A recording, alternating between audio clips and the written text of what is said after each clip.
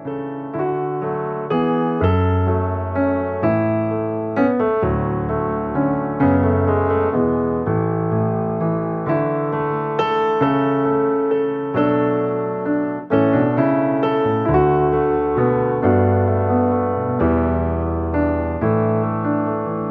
morning, Raven County. It's Roger Glenn with Poss Realty, but you already knew that, probably. If you don't, you aren't missing anything.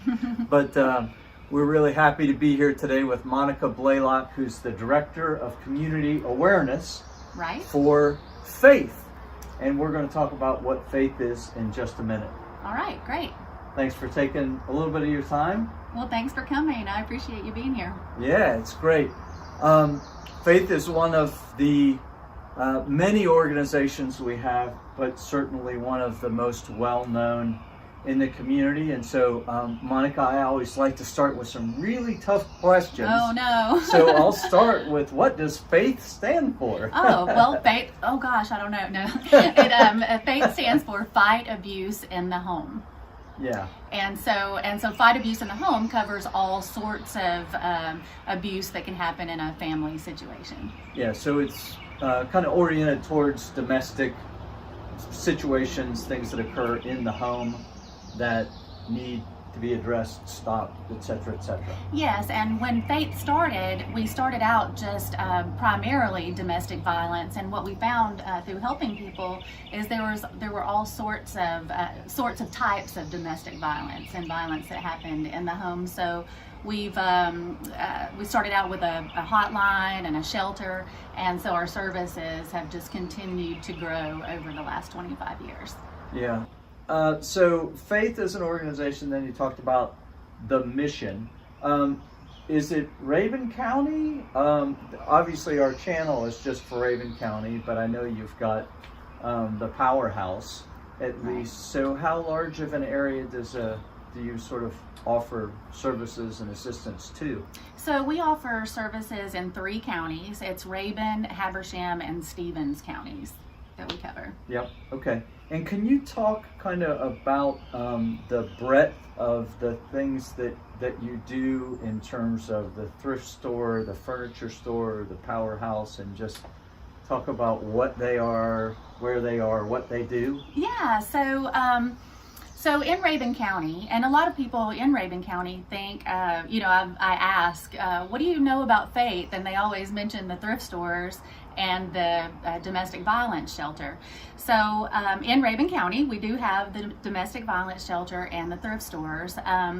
But we also do community, we call it outreach, but basically in Raven County, we do 90% of all TPOs, and those are temporary protective orders for people who've been victims of violence.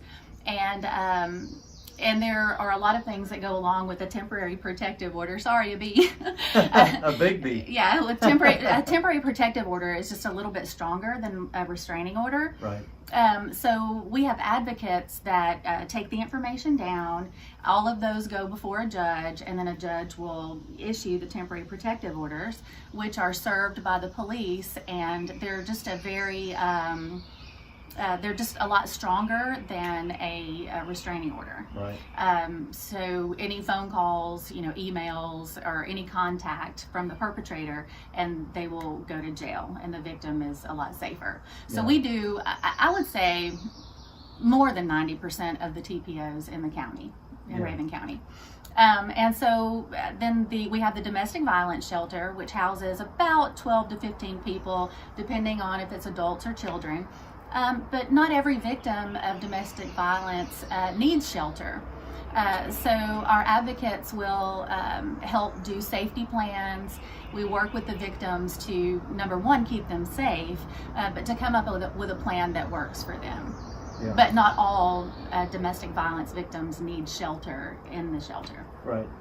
And so you mentioned that a lot of people know, I guess because of the retail presence of Faith, about the thrift store and the furniture store, but those are really ways that you sustain yourself economically as a 501c3, as a not-for-profit? Yes, that's true. And so we do make money from the thrift stores that go back into the mission, but then also when we're helping people reestablish their lives and get new homes. The furniture store provides furniture for people who are reestablishing a home. And a lot of victims come to us with only the clothes on their backs. They escape a dangerous situation, they literally have nothing but the clothes on their back. So they'll go to the thrift store, and we're able to, provide them with clothing and their children with clothing and different things like that. You were telling me just how grateful the organization is for all of the donations, that you've received in the past from people.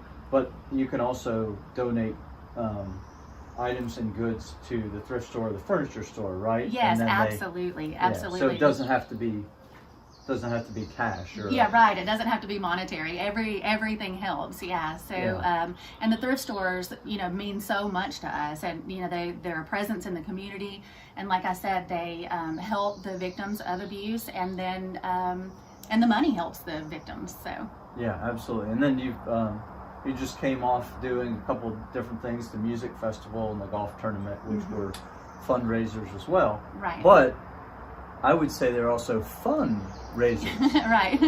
See that fun? That's good. Yeah. Work with me. Thank you. Yeah. And the Powerhouse, is that an asset? How do people from Raven County benefit from it? Okay, well, that's a great question, because so many people in Raven County don't know about the Powerhouse because it's in Toccoa. It's placed in Toccoa. But the Powerhouse does serve children and victims of sexual assault in Raven County, Stevens County, and Habersham counties. And the Powerhouse is very special to me. I love what they do. I wish everybody could just take a tour of the Powerhouse, but the Powerhouse is like a little home. It's set up like a home. So the Powerhouse is a really special place to all of us, and we do serve children and victims of sexual assault in Raven, Habersham, and Stevens County. The Powerhouse, I guess the best way I could describe it is just by giving an example. If a victim of sexual assault were to be victimized without the Powerhouse, what would happen is they would have to go to the emergency room. They would have to tell their story, wait for 4 or 5 hours. Then the police would come, and then they would have to, report to the police and tell their story again, or may even have to go to the police, or may even have to make visits to the DA's office for prosecution, and it would just be this whole traumatizing event for the victim. So with the Powerhouse, when a crime happens, the victim can come to the Powerhouse, and there we have on staff what's called a SANE nurse, a sexual assault nurse examiner. And so we're able to do the exams, the interviews, and all of those things there. So the victim has to tell their story one time.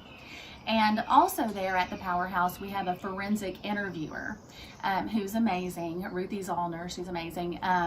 So she has been trained on how to interview the victim, for a court case, or for possible prosecution.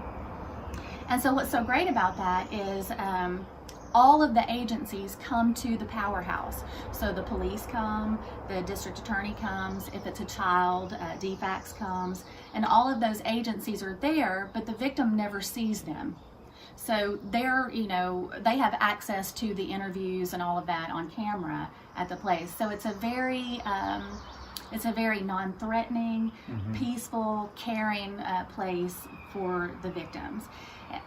Yeah, I know one of the things too that obviously many victims are very concerned about is their privacy and protection. And so I think your model is kind of set up to protect that, to your point, and to lessen sort of the trauma of having to relive this, difficult, horrific experience that they just went through. And it's a model that we used in the Army quite well when we had those unfortunate circumstances where there was an allegation of sexual assault.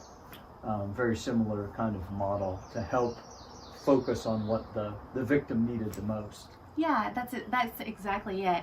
And so they've already been traumatized. So we want to, and our mission is not just to not traumatize them anymore, but we want to achieve total healing. Okay, so even after the exams and the interviews and all of that, we offer counseling for the victims and sometimes their families. Because what we want to do is offer complete healing to the people. And so back to the money from the thrift stores and the money from donations, a lot of those funds go to ongoing counseling. So because we give people free counseling for as long as they need it until they're healed. Yeah. And I think that's a beautiful thing because it helps our community. So there are so many things that happen to someone who's been traumatized, and so many antisocial behaviors that can develop with children. And so, we're helping people to be members of the community and to give back to the community, and it's just it's a beautiful thing. Yeah. Do you actually offer services to people that have some behavioral, psychological issues to where they are the perpetrator, if you will, or is it solely focused on the victims? We are solely focused on the victims. Yeah. And we can give resources for offenders, but we're totally focused on the victims. Yeah, absolutely. It makes a lot of sense. I know when I was at Place of Hope of North Georgia recently and talking about, children that were in foster care and situations like that, that's part of the same concept of sort of total healing and getting through it. So when somebody comes in, you have the ability to help not only bring the necessary people to, you're talking about the counseling, but point them towards resources that are available to them, as they go forward. Absolutely. Yes, we do that. I mean, our advocates really work with these people to offer them whatever service they need. I've never seen people just care so much and work so hard. And I know we don't have time here today, but families are so dynamic and people are so dynamic and have so many different issues or hurdles that they have to overcome. And our advocates really get in there. And I mean, even if I've seen them do things like, help somebody sell their car so they can get a more affordable car. Yeah. Do their budgets for them so they can stay in the place that they live. I mean, and it's just, like I said, the hurdles and the issues just go on and on and on because every family and every person's so different. Yeah, but your staff and the advocates are going the extra mile to help relieve some of that stress and help Absolutely. them solve problems, which is critically important because stress does bad things to almost everyone. Yes, absolutely. Yes. Yeah, it doesn't discriminate.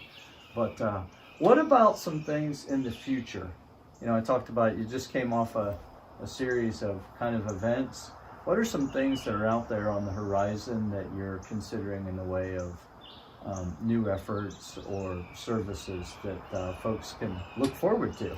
Well, we don't have a lot of things set in stone, and probably nothing I can really publicize at this point. It's top secret. I know it is top secret. Yeah, but some things we're working on. One thing that's really interesting is that we're working on is a way to at the shelter to house pets, and I know that. That doesn't really resonate with a lot of people, but statistics show that one of the main reasons a person won't leave a violent situation is because they don't want to leave their pet behind. So, just imagine you're at home, you probably have a pet, you love that pet, and you're living in a bad situation and you don't want to leave your baby with this violent person because, something could happen to it or they're not going to get fed or, that kind of thing. And so a lot of times people will stay in a situation because they can't take their pet.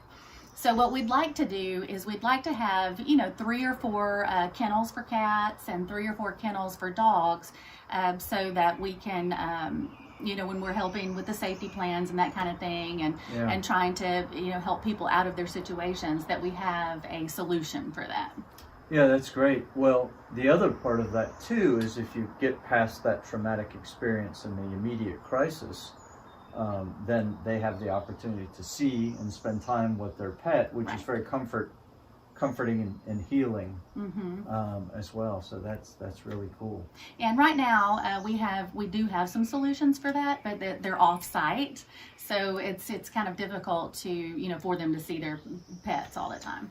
Yeah, makes it more difficult. I just thought, with the number of, we got a lot of new sort of full-time residents and people that have moved into the area, but do you have to be a resident of Raven or Stevens or Habersham to take advantage of the services, or it can be anybody that happens to be here, even if it's for a short vacation? Oh no, yeah. If you're in Raven, Habersham, or Stevens, and you're a victim of abuse, we can help. And that happened in those counties, then yes, we can help you. Yeah. And we're also, as far as the shelter goes, we are part of a network of shelters, so across the state.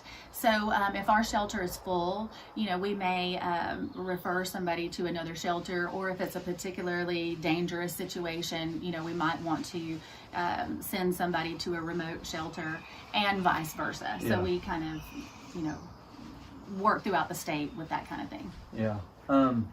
One of the organizations that we did a feature on a couple months ago was the Appalachian Aging Resource Network, which is a membership organization that's really North Georgia regionally, but it's talking about services for the aging population. And at one of our monthly meetings, we talked about elder abuse. Do you all deal with elder abuse, or do you just help refer that to the state agencies and other organizations? Well, we can help with that, and we do. But you ask about the future. Our director, Caroline Wallace, she really wants to dive into elder abuse. So we can help, and we do help. But we really want to start, diving into that and add that to our portfolio of services that we do. I mean, right now we're just kind of, we are helping, but we'd like to have, a whole department and a whole, agency, not agency, but a whole department that can kind of handle that kind of thing, and also bring awareness to it to help. But it is a problem, and we do see it quite a bit. Yeah, no, it's unfortunate when it occurs, but a lot of people don't realize, I think Raven County has the 5th highest percentage of seniors of any county in the state of Georgia. So we certainly have a large kind of demographic, if you will. So if folks are interested in learning more about faith, finding out about the different facilities, activities, and services that you have, what are the best ways to get in contact with the staff? Well, the best way to do it would be to visit our Facebook page. It's faith-inc.org on Facebook. We'll link that. Okay, good. and that's our website too, www.faith-inc.org. That's the best way. And then for people who are experiencing domestic violence, or know somebody who may be experiencing domestic violence, you can reach our hotline, which is 24 hours a day, and that is 888-782-1338. We'll flash that up on the screen right. too. The wizard Laura is probably doing that work right now. So, what about volunteers? I think people understand, financially how 501c3s operate. Again, you were mentioning how grateful you are for the generous support of the community. What about volunteers? Are you actively looking for volunteers? We are. Our thrift stores always need volunteers to help, go through the donations that we receive and that kind of thing. We also can use volunteers for babysitting. That's a big thing that we need volunteers for. With the babysitting, you have to pass a background check and be CPR certified, so it's a little more lengthy of a process to be approved for volunteering, but we can always use volunteering for babysitting and the thrift stores. Yeah, awesome. Monica, just on behalf of the community, I always call myself an unofficial ambassador. Nobody's appointed me, it's just self-appointed, but my salary is reasonable. But thank you to you and the rest of the staff for sort of getting involved and trying to help people at a very difficult time in their lives. It's critically, I think, important for a community to help those that are in some sort of dangerous situation or some other situation that's unsafe or unhealthy, to help sort of support them. And Faith is certainly doing that in many regards across the community. So just appreciate so much what it is that y'all do. Well, thank you. I appreciate it. I appreciate you being here. But I don't do any of the work. Our advocates are the real heroes. They do all of the work, and like I said, I wish I had time to tell you all that they do, but they care, they work, and they are the heroes of the whole organization. Those unsung heroes. Yeah. They're out there, right? Absolutely. Yeah, they stay out of the spotlight intentionally sometimes. Yes. Well, thank you again, Monica. And if you'll help me, Thank you. I always say, we'll see you next time, Raven County. See you next time.